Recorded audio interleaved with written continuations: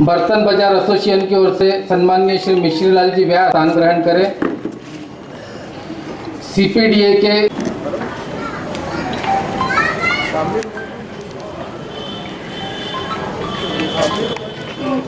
अखिल भारतीय विद्यार्थी परिषद के सम्माननीय श्री आशीष जी पुरोहित दोनों से हार्दिक हार्दिक स्वागत करते हैं। सर्वप्रथम मैं सभी सम्माननीय एसोसिएशन के सम्माननीय अध्यक्षों से निवेदन करूंगा कि वे सम्माननीय डॉक्टर सुनील भाऊ देशमुख इनका पुष्पगुच्छ देकर स्वागत एवं सम्मान करें। सभी सम्माननीय एसोसिएशन के अध्यक्ष अविनाश भाऊ, अजय भाऊ, गोलू भाऊ, राजा भाऊ खारकर से भी विनंती कृपया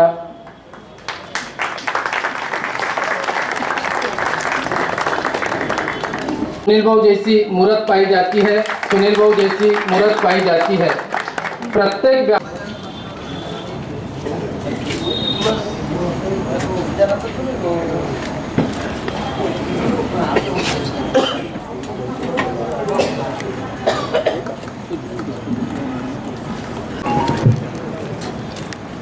भाजप शिवसेनेचे त्यांना नमन करतो। सुनील भाऊ स्पष्ट बोलण्यात की हरकत नाही। आम्हाला फार त्रास होतो ज्यावेळेस खालच्या लोकांचं इलेक्शन असते, त्यावेळेस आपली युती नसते, त्यावेळेस आम्हाला फार त्रास होतो। आणि आज ज्यावेळेस आपलं इलेक्शन येते, लोकसभा असो की विधानसभा, त्या इलेक्शन मध्ये आज आम्हाला लोक जोडण्याला फार त्रास होतो। ही तुम्हाला पण त्याची जाणीव आहे। तुम्ही मुरब्बी राजकारणी आहे, मला त्याचा अनुभव पण आहे। पण तुम्ही याचा कुठेतरी याची दखल घेतली पाहिजे। तुम्ही नेत्या, तुम्ही 6 वेळेचे इथले आमदार आहात, तुम्ही अजूनही आमदार होता। आम्ही तुमच्या पाठीशी राहू आणि भरघोस मतदान तुम्हाला आम्ही निवडून पण देऊ। पण तुम्ही याची दखल घेतली पाहिजे, एवढीच तुम्हाला मी विनंती करतो। आणि आमचा जवाहरगड बुधवारा प्रभाग हा तुमच्या पाठीशी खंबीरपणे उभे राहील, एवढी तुम्हाला मी गवाही देतो। जय हिंद, जय महाराष्ट्र। उपस्थित है इस परिसर के हमारे समाज सेवी सुनील सेठ गोयन का यहाँ उपस्थित है। हम अम्बा मंडल की ओर से आपका हार्दिक हार्दिक स्वागत करते हैं। इसके बाद मैं मंच पर आमंत्रित करना चाहूँगा नरेंद्र भाऊ केवले कि कृपया यहाँ आए और सभा को संबोधित करें।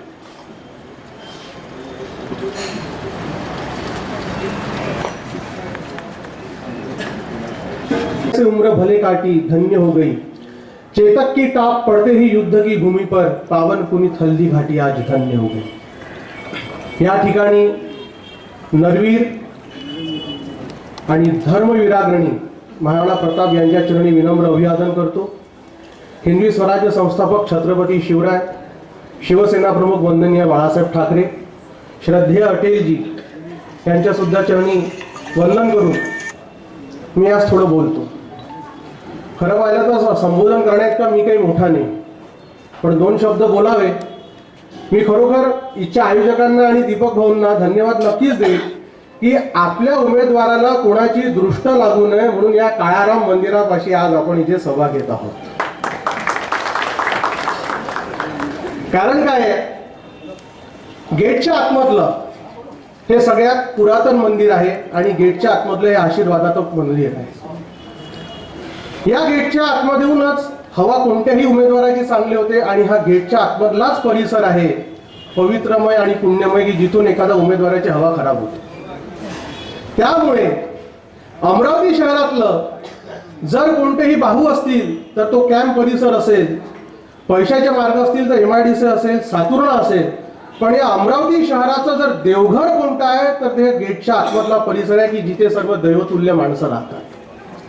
आणि ही माणसं ही नेहमी सत्पात्री दान देतात आणि या सत्पात्री दानामध्येच मी तुम्हा सर्वांना विनंती करतो की आपले जे सुनील भाऊ आहेत, विकास पुरुष आहेत, यांच्या झोळीमध्ये हे सत्पात्री दान पडावं। आपण दान टाकताना नेहमी चांगल्या माणसालाच देतो आणि म्हणून त्याला मतदान म्हटलं गेलेलं आहे। सुनील भाऊंनी आपल्या अमरावतीमध्ये जेही विकास कार्य केली ते आपल्या सर्वांच्या समोर आहे। बंडेराची तुलना करा आणि अमरावतीची तुलना करा। म्हणजे एकदा सुनील भाऊ खराटेंसोबत जेव्हा मी बंडेऱ्यात गेलो होतो त्यावेळेस तिच्या एका गावाच्या स्मशानभूमीवर लिहिलं होतं की 2019ला भाऊ येणार म्हणजे येणारच, असे कसे येत नाही आणल्याशिवाय राहत नाही. स्मशानावर सुद्धा कार्यकर्ते सोडत नाही आणि तिथे भाऊंना त्यांना आणायचं बंडनेऱ्यामध्ये. एवढं प्रेम कार्यकर्त्यांचं असू शकतं की तू कुठे काय लिहावं हे सुद्धा कार्यकर्ता समजून घेऊ शकत नाही.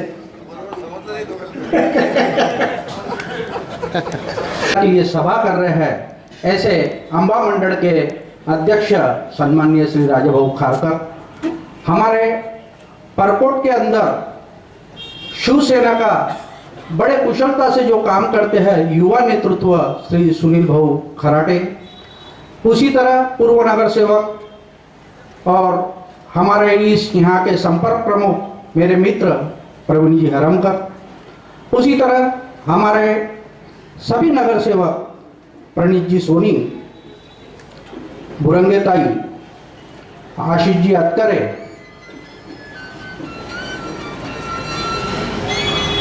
और उपस्थित मंच पर हमारे पूर्व महापौर मिलिंद जी चिमोटे, सीनेट सदस्य, और यहाँ पर इस बाजार पेट में सब ताकत से भारतीय जनता पार्टी के हमेशा फॉलोअर रहे हुए हैं और समय समय पे व्यापारियों की हमेशा समस्या कहीं ना कहीं खड़ी हो, वे आपके पास आए और वे आंदोलन को आपने बड़ी गंभीरता से लेते हुए और तत्परता से उसे सुलझाने का पूरा प्रयास किया। सभी लोगों को मालूम है ये तो हवाएं चलती रहती है, लोग काम करते रहते हैं। पहले उस पीरियड में जीएसटी और नोटबंदी का विषय लेके कि किसानों का विषय लेके सब सामने आए थे, लेकिन हमारे यहाँ अनेक वर्षों से जो अरे लोगों ने बोल दिया था कि अब तो कोई सच नहीं है, अब तो मोदी जी जाने वाले हैं, लेकिन ऐसा हमारे यहाँ के इतिहास में पहली बार हुआ कि जितनी सत्ता सीटें पहले सरकार में थी उससे बढ़ के भी ज्यादा सीटें हमें ये वर्तमान सरकार को मिली, और उसी तरह आज भी लोग निराली चर्चा कर रहे हैं। प्रभू श्री रामाचा चरणी वंदन करतो। छत्रपती शिवप्रभू श्रद्धेय अटलजी, परमपूज्य हिंदू हृदय सम्राट बाळासाहेब ठाकरे यांच्या पवित्र स्मृतीस विनम्र अभिवादन। डॉक्टर सुनील भाऊ देशमुख जे या शहराचे आमदार आहेत आणि उद्याही राहतील, त्यांच्या या प्रचार सभेस उपस्थित सर्व मान्यवर, कारण वेळ भरपूर झालेला आहे, बरीच लोक बोलायची आहेत आणि ही सगळे माझी आपली लोक आहेत, कारण मी याच परिसरातला असल्यामुळे यांची नावं जरी नाही घेतली तरी ते मला काहीही म्हणणार नाही असा पूर्ण आशावाद व्यक्त करतो। आणि या ठिकाणी उपस्थित सर्व पितृतुल्य नागरिक, माता भगिनी व युवक मित्रांनो, सुनील भाऊंबद्दल आता गेल्या 2-3 दिवसापासून अनेक सभा करतोय, अनेक सभांमध्ये त्यांच्याबद्दल बोलायचं तेवढं कमीच आहे। त्यांचा विकास पुरुष, विकास की आंधी आणि अशा अनेक उपाधी त्यांना मिळालेल्या आहेत आणि त्या संयुक्तिक पण सुद्धा आहेत। जो अमरावतीतला विकास आहे आपण सर्वांनी पाहिलेला आहे। आज अमरावतीतलं जे वातावरण आहे, फक्त रस्त्यांसाठी 9,935 कोटी आजपर्यंत कुठल्याही आमदारांना अमरावतीत आणले नव्हते आणि ते फक्त आणि फक्त सुनील भाऊंनी आणले। आज 50-50 किलोमीटर पर्यंत, 40-40 किलोमीटर पर्यंत अमरावतीपासून जे रस्ते गेलेले आहेत सर्व बाजूनं, ते सगळे कॉन्क्रिटीकरण होत आहे आणि त्या कॉन्क्रिटीकरणाची क्वालिटी अशी आहे की गेल्या दरवर्षी एक पावसाळ्याला आपल्याला रोड करावं लागत होतं, आज 50-50 वर्ष त्या रस्त्याला पाहण्याची गरज नाही। या अगोदर प्रतिभाताई पाटील राष्ट्रपती होत्या, त्या आल्या की त्यांना एक विशेष निधी होता 10 कोटी रुपयाचा, ज्याला की ऑडिट नसतं अशी माझी माहिती आहे, आणि त्या आल्या की ज्या रस्त्याने त्या जाणार असल्या त्या रस्त्याचा तो रस्ता मला असं वाटतं सुनील भाऊ ताबडतोब करावा लागत होता, त्याला कुठल्याही टेंडरची गरज नव्हती। म्हणून त्यावेळेस अशी भावना राहायची की प्रतिभाताई या रोडनं गेल्या पाहिजे म्हणजे हा रोड चांगला होऊन जाईल, पण आज ती परिस्थिती राहिली नाही। जो विकासाचा झंझावात आपल्या अमरावतीत चालू आहे, मला असं वाटतं नगरसेवकांना सुद्धा येणाऱ्या 5 वर्षांनंतर जर सुनील भाऊ यावेळेस आमदार झाले आणि मंत्री जर झाले तर कुठलंही काम त्यांना डिमांड करण्याची गरज राहणार नाही, फक्त साफसफाई आणि बंद झालेले लाईट एवढ्याच बाबी त्यांच्या हातीत राहतील। एवढा विकास करण्याची क्षमता असलेला आमदार. तर थेट आता तो बंडेरापर्यंत आहे, पण आता ते नवातीपर्यंत झालेला आहे. पंचवटीपासून तेरवीचा रस्ता तुम्ही पहा. रस्ता त्याच्यामध्ये डिवायडर, बाजूला झाडं, तेही पिंपळाची झाडं, त्याच्यासाठी की पुढचे 50 वर्ष या आपल्या पुढच्या पिढीला सुद्धा सावली मिळाली पाहिजे. सारे पिंपळाची झाडं लावली. तुम्ही रेल्वे स्टेशन पासून तर तो एस टी स्टँड जवळचा रस्ता पहा, तो थेट चांदूर रेल्वे रोड थेट SRP कॅम्प पर्यंत झाला. सगळ्यात पहिले रस्ता आपण केला राजकमल चौक ते गांधी चौक. बाहेर गावून ज्या लोक आपली अंबा माता आणि एकविरा देवी सगळ्यात भारतात प्रसिद्ध आहे. विदर्भाचे लोक तर नवरात्रमध्ये खास म्हणजे जे अधिकारी इथून बदलून जातात ते नवरात्रमध्ये इथे वापस येतात फक्त दर्शन घ्यायला. तर त्या राजकमल पासून तर त्या गांधी चौकापर्यंत इतके खड्डे राहायचे की ते लोक त्या जाताना अमरावतीला शिवाय देत जायचे, क्या शहर आहे, बुक्कड शहर आहे म्हणायचे. जरा रस्त्याला चालायला रस्ते नाही, तो रस्ता केला. भूतेश्वरचा ज्याचा उल्लेख झाला की गांधी चौकापासून तर थेट भूतेश्वरपर्यंत, म्हणजे आपल्या यांनी चांगलं सांगितलं की लोक फ्लेक्सबाजी कशी करतात. म्हणजे त्याचा त्यांनी उल्लेख केला की लोक कुठे काय लिहितील, म्हणजे स्मशानात भाऊ जरूर आएंगे नाही. ते लोकांना समजलं ते काय म्हणतात. मी म्हटलं स्मशानात लिहिलेल्या बंडेरा मतदारसंघात की 2019 ला भाऊ येणारच. इथे असे कसे येत नाही. म्हणजे तो रस्ता आपण असा आहे, त्या रस्त्याहून आपण सगळ्या याच्यामध्ये जातो हिंदू स्मशानभूमीमध्ये. लोक खांद्यावर नेतात आणि त्या रस्त्यावर खडगे असतात, म्हणजे त्याला ते खडगेही चुकवांवरचंही हल्लं नाही पाहिजे, पण त्याची मोठी सर्कस करावी लागायची लोकांना. तो थेट आपण तोच रस्ता केला. आपला जो सेवक भाऊने सांगितले की जे CBD गेला म्हणतात, सेंट्रल बिझी डिस्ट्रिक्ट, सगळ्या मार्केटमध्ये सगळे रस्ते आपण नाही शकले. बाहेर जाऊन लोक इथे खरेदीसाठी येतात. त्याचं पहिलं इम्प्रेशन हे अमरावतीसाठी चांगलं झालं पाहिजे. आता जयस्तंभ पासून तर जवाहर गेट पर्यंत रस्ता तुम्ही पाहिला, आता सगळं सरोज चौक, प्रभात चौक हे सारे रस्ते होऊन जायले. आपला श्याम चौक पासून तर इकडे साबनपुरापर्यंत सारे ठीक. आणि हा जो मस्त बदला रस्ता राहिला होता आपला गांधी चौक टू इस्माईल कट पीस इकडे इतवारा बाजार, हे कशासाठी केलं की कोणी बाहेर कोण आलेल्या माणसाला पहिले असं वाटलं पाहिजे या शहरातले रस्ते चांगले, आणि 30 वर्ष काही झंझट नाही, काही झंझट नाही. त्याचे मार्क्स आपल्याला भरपूर मिळाले, कारण की या 100 पैकी 45 मार्क्स या इन्फ्रास्ट्रक्चरवर होते. या ज्याला आपण म्हणतो की मूलभूत सुविधा त्या गावाच्या कशा आहेत. त्यांनी रस्ते पाहिले, त्यांनी लिहिलं 30 वर्षासाठी ज्या लोकांनी ज्या शहराचे रस्ते येणाऱ्या 30 वर्षासाठी चांगले आहेत त्याचे मार्क्स आपल्याला भेटले. दुसरा पाणी पुरवठा. आपण अत्यंत सुदैव बंधूंनो की आपल्याला पाण्याचा शॉर्टेज नाही, पाण्यासाठी वनवन फिरावं लागत नाही, पाण्यासाठी बाया बापड्याला सकाळी 100-100, 200-200 मीटरवर बादल्या घेऊन जावं लागत नाही. उन्हाळ्यात आपल्याकडे टँकर येत नाही. जरा आजूबाजूचे गावं पहा, अकोला, यवतमाळ, बुलढाणा, वाशिम, आणि तिकडे जाऊन पहा जरा लातूर, तिथे तर पाण्याची ट्रेन येते. 15 दिवसापासून नंतर नळाला पाणी, 20 दिवसानंतर नळाला पाणी, 21 दिवसाला नळाला पाणी. लातूरमध्ये तर नळाला पाणी आले तर फटाके फोडतात, कारण लोक झोपलेले असतात तेव्हा तर लोकांना अरे पाणी आलं, उठा उठा उठा उठा. पण त्या मनाने अमरावती किती सुदैवी ते सांगा. पण त्याचं श्रेय कोणाला आहे? त्याचं श्रेय मला आहे का? बिलकुल नाही.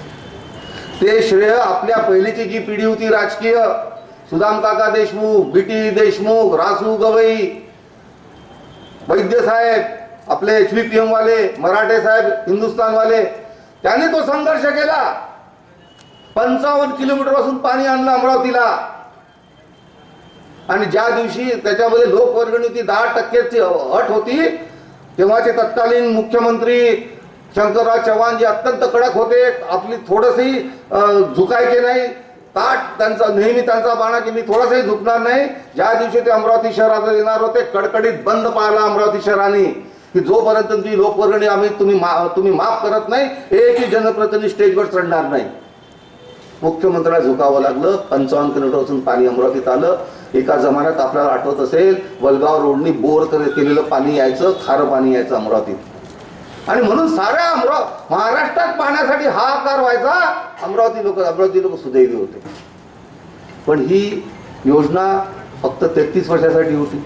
मी जेव्हा 2014 मध्ये निवडून आलो आणि BT देशमुख साहेबांना भेटायला गेलो, असं आहे. त्यांच्या मार्गदर्शनाखालीच आम्ही काम करतो. डॉक्टर श्रीकांत जिचकार आणि BT देशमुख या लोकांनी आपल्याला विकासाची, त्यांनी पहिले आयुष्यात सांगितलं की काही जात पात धर्म काही राजकारण करायचं नाही, विकासावर राजकारण करायचं, हार जीत काही हो, लोक आपल्याला बरोबर निवडून देतील. आणि त्यांनी मला सांगितलं की ही योजना आम्ही आणली होती. आम्ही जेव्हा योजना आणली तेव्हा अमरावतीची लोकसंख्या 2.5 लाख होती. योजना आता 2014 मध्ये संपणार आहे. तुमचा काय याच्यावर पुढचं काय म्हणून लक्षात घ्या. तुम्ही जर आज या पाणी पुरवठा टप्पा 2ला मान्यता आणली नाही तर 3-4 वर्षांनी अकोला यवतमाळ सारखी अमरावतीची परिस्थिती येईल. 6.5 लाख आता लोकसंख्या झाली जी 2.5 लाख होती. सगळीकडे नवीन सोसायट्या झाल्या, नवीन फ्लॅट सिस्टीम झाल्या, थेट नवसारीपर्यंत लोक जाऊन पोहोचले. आणि मित्रांनो, मी मुख्यमंत्र्याला पहिलं पत्र दिलं सर आमदार म्हणून. आता मुख्यमंत्र्यांचं असं होतं की मी ज्या आमदार निवासमध्ये राहायचो 99 आणि 99 मध्ये तेही पहिल्यांदा आमदार म्हणून निवडून आले, मी पहिल्यांदा आमदार निवडून आलो.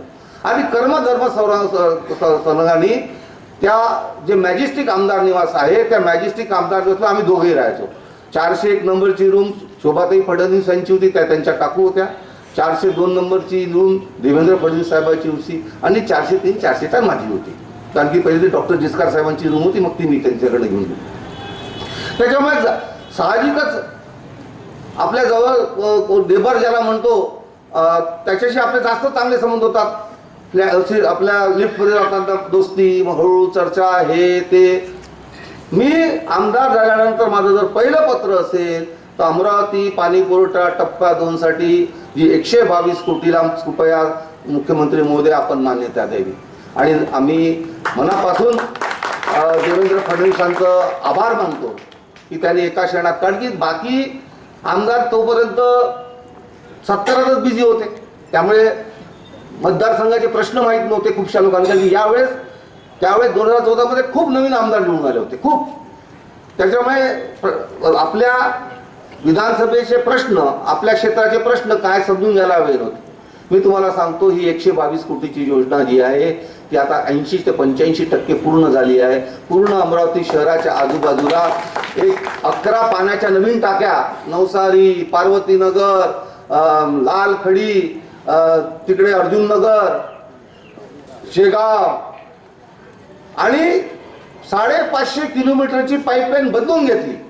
त्याच्यातली 250 किलोमीटरची जी पाईपलाईन होती ती जुन्या योजनेची होती, त्याला छिद्र पडले होते, त्याच्यातून दूषित पाणी आतमध्ये जायचं. आणि 250 किलोमीटरची पाईपलाईन ही नवीन टाकून घेतली, जे नवीन वाढलेला लोक होता. तर मित्रांनो, आता ही जी योजना आहे ही योजना पुढच्या 30 वर्षासाठी, म्हणजे 2015 ते 2045, म्हणजे 2045ला जेव्हा अमरावतीची लोकसंख्या 12.5 ते 13 लाख होईल तोपर्यंत अमरावती शहराला कोणत्याही प्रकारे पाण्याचा कोणताही दुष्काळ सहन करावा लागेल नाही, कोणाचा शॉर्टेज सहन करावं लागेल. त्या पिढीने आपल्या पिढीसाठी केलं, आपल्या पिढीने समोरच्या पिढीचं. आता त्या पिढीतले आता फक्त BT साहेब राहिलेत, ना गवई साहेब आहेत, ना सुदाम काका आहेत, ना राम मेघे साहेब आहे, ना मराठे साहेब आहेत. पण त्यांनी असा विचार नाही केला कशाला करायची, आता आपलं आयुष्यात किती राहिलं. पण त्यांना हे माहीत होतं की जनप्रतिनिधी असावा की पुढच्या पिढीसाठी करणारा असावा. त्या पिढीने आपल्या पिढीसाठी केलं, आपण पुढच्या पिढीसाठी केलं. 2045 पर्यंत अमरावतीची कितीही लोकसंख्या वाढली तरी पाण्याचा शॉर्टेज राहणार नाही अशी योजना आज आपण पूर्णत्वास नेत आहे. त्याचे मार्ग पडले की बाकी महाराष्ट्रामध्ये आणि देशामध्ये पाण्यासाठी हाहाकार होत असताना या शहरातले रस्ते 30 वर्षासाठी चांगले झाले, या शहरातली पाणी पुरवठा योजना पुढच्या 30 वर्षासाठी पूर्णत्वास येऊन जाईल. त्याचे मार्क्स आपल्याला पडले. अनेक गोष्टी आहेत. आपल्याकडची मुलं स्पर्धात्मक परीक्षेमध्ये नेहमी पाठीमागे राहायचे. मुंबई कसं आहे, UPSC आणि MPSC. UPSC म्हणजे IAS, IPS, IRS वगैरे साठी लोक पोरं जातात आणि MPSC म्हणजे डेप्युटी कलेक्टर, सब इन्स्पेक्टर वगैरे वगैरे याच्यासाठी जातात. माझ्या असं लक्षात आलं की आपल्या तिकडची जी मुलं आहेत ती मुलं पश्चिम महाराष्ट्र आणि मुंबई पुण्याच्या मुलापेक्षा मागे पडायची आणि सरकारी नोकरीमध्ये 100 पैकी 80 पोरं तिकडची जायची आणि 20% मराठवाडा आणि विदर्भातली पोरं मागे राहायची. मग त्याच्यासाठी मला सांगते की आपल्याकडे प्रशिक्षण नाही मिळत. जे लोक सधन आहेत ते आपल्या पोरांना कोचिंग क्लासेससाठी मुंबईला पाठवतात, दिल्लीला पाठवतात, कुठेही पाठवतात. पण जे गोरगरिबांची मुलं आहेत, ज्यांच्या घराचं इन्कम 10,000पेक्षा जास्त कमी आहे, ते 70 आणि 80 हजार रुपये कोर्स अटेंड करू शकत नाही. आणि म्हणून सांगतो, पहिल्यांदा आपण आता जर गेलात तर VMVच्या मागे प्री IAS कोचिंग सेंटर आपण सुरू केलं. 19 कोटी विधानसभेमध्ये प्रश्न विचारून वैतागून जाऊन शेवटी मी मनापासून आपलं यांचं सुधीर मुनगंटीवार साहेबांचं अभिनंदन करतो की जेव्हा जेव्हा प्रश्न मला त्यांनी मला अत्यंत चांगला रिस्पॉन्स दिला आणि एका दिवशी शेवटी कबूल केलं की मी 19.5 कोटी रुपये अमरावतीच्या प्री IAS कोचिंग सेंटरसाठी देतो आहे. तिथे हॉस्टेल आहेत, मुलींचं हॉस्टेल, मुलांचं हॉस्टेल, ॲडमिनिस्ट्रेटिव्ह ब्लॉक, सगळ्यात जे म्हणतात ना, जे नवीन तंत्रज्ञान, ई-लायब्ररी, ई-बुक, सगळं 1.5 वर्षाच्या आतमध्ये एक सर्वात सुंदर महाराष्ट्रातली इमारत तिथे त्याचं आर्किटेक्चरही आम्ही खास करून घेतलेलं आहे की लोकांनी पाहायला आलं पाहिजे तिथे. 1.5 वर्षाच्या आतमध्ये हे प्री IAS कोचिंग सेंटर हे आपल्या महाराष्ट्रातलं सर्वात चांगलं सेंटर होईल, हे मी तुम्हाला ग्वाही देतो. आता आमच्या मित्रांनी पिट्टी देते बेलोरा एअरपोर्ट विसरून झालं म्हणे. बेलोरा एअरपोर्ट असं आहे, एका शहराची जी ग्रोथ असते ना, वाढ, ती वाढ काही वेळानंतर खुंटून जाते. कारण की हे जे मोठे लोक असतात ना, म्हणजे कोणत्याही क्षेत्रातले उच्च पदावरची जी लोक असतात, त्यांना पैसा महत्त्वाचा नसतो. त्यांच्या जो इतका अमाप पैसा असतो, तो पैशाची किंमत, त्यांच्या जो किंमत असते, तर महत्त्व असते, तर वेळ त्यांच्यासाठी इतका महत्त्वाचा असतो. कारण की सकाळची बैठक हैदराबादला, दुपारचं लंच पुण्याला आणि डिनर असते दिल्लीला कोणासोबत तरी. त्यामुळे त्यांना समजा इंडस्ट्री टाकायची असेल, एखादा उद्योग टाकायचा असेल, तर पहिले विचारतात एअरपोर्ट आहे क्या, आणि एअरपोर्ट नसेल तर त्यांचा 50% इंटरेस्ट त्या शहरातला चालला जातो. आपल्याकडच्या मुलांना नोकऱ्या मिळत नाही म्हणून आपल्याकडची मुलं, आता आमची मुलं, एक मुलगा मुंबईला, एक बेंगलोरला आहे, एक मुंबईला आहे. तर हे उद्योग जोपर्यंत येत नाही तोपर्यंत आपल्या इथल्या मुलांना रोजगार मिळत नाही. त्याच्यासाठी 83 मीटरची आहे, त्याच्यावर फक्त छोटे विमान उडतात. आपण ती 1800 मीटरची करून घेणार आहे. तिथे ATS टॉवर करणार, तिथे ॲडमिनिस्ट्रेटिव्ह ब्लॉक करणार. मला जे लिहून देण्यात आलं की, आणि काय आपल्या कर्मधर्म सहयोगाने काय झालं की MADC Maharashtra airport development corporation जी आहे, त्याचे उपव्यवस्थापक म्हणजे जॉईंट MD हे काकाणी आहे. ते आपले काकाणी बंधू होते ना, आपल्या जयस्तंभचं दुकान, त्यांचे ते नातेवाईक आहेत, ते व्हाईस MD झाले. आम्ही दोघांनी इंटरेस्ट घेतला आणि तुम्हाला सांगतो की आपल्याकडे रायटिंगमध्ये त्यांनी दिलं की जून 2020 पर्यंत अमरावती विमानतळ हे तयार होणार. शासन शेवटी सरकारी काम म्हटलं म्हणजे 6 महिने थांब असं जरी आपण पकडलं तरी ते डिसेंबर 2020 पर्यंत सुरू होणार याच्या मला माझ्यावर तुमची खात्री नाही. सगळे टेंडर निघाले, कामं सुरू झाले, सगळं सुरू झालं. आणि नंतर पहा तुम्ही कशी अमरावती जम्प करते. असं आहे की एकदा एअरपोर्ट सुरू झालं की हे सगळे इंडस्ट्रियलिस्ट, मोठे कोणत्याही क्षेत्रातले मोठे लोक, याच्यापासून अमरावती अछूत राहणार नाही. ते येण्यासाठी अनेक आहेत. आरोग्याचा विषय घ्या, तो त्यांनी लिहिला की या कॅटेगरीमधल्या ऐतिहासिक करावी.